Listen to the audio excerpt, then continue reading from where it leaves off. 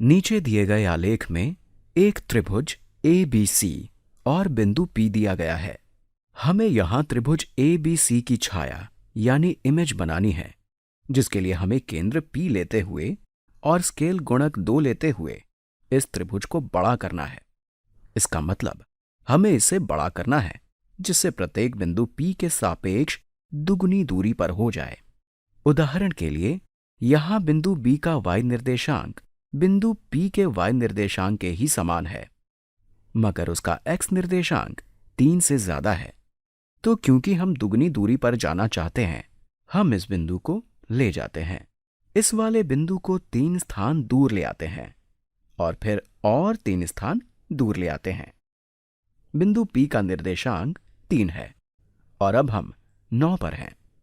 इस प्रकार बिंदु C P से 3 नीचे है और हम दुगना दूर जाना चाहते हैं, तो हम 3 स्थान और जाते हैं।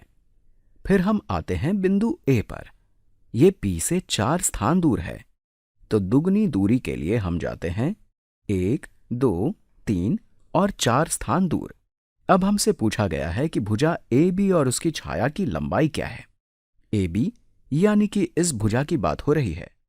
चलिए इसकी लंबाई पता करने के लिए दूरी सूत्र का प्रयोग करते हैं। यहां आधार यानी कि x में आने वाला अंतर 3 है और ऊंचाई यानी y में आने वाला अंतर 4 है। तो ये 1, 3, 4 और 5 वाला समकोण त्रिभुज है। 3 का वर्ग जमा 4 का वर्ग बराबर होगा 5 के वर्ग के। सो AB इज 5 यूनिट्स लॉन्ग, यानी AB की लंबाई 5 है। हम जानते हैं कि इसकी छाया दुगनी लंबाई की होगी, फिर भी चलिए इसे हम पहले जांच लेते हैं। तो यहां पर ये आधार है, इसकी लंबाई 6 है। ऊंचाई या कहें y में आने वाला अंतर 8 है। तो अब इस लंबाई यानी इस समकोण त्रिभुज के कर्ण को ज्ञात करते हैं।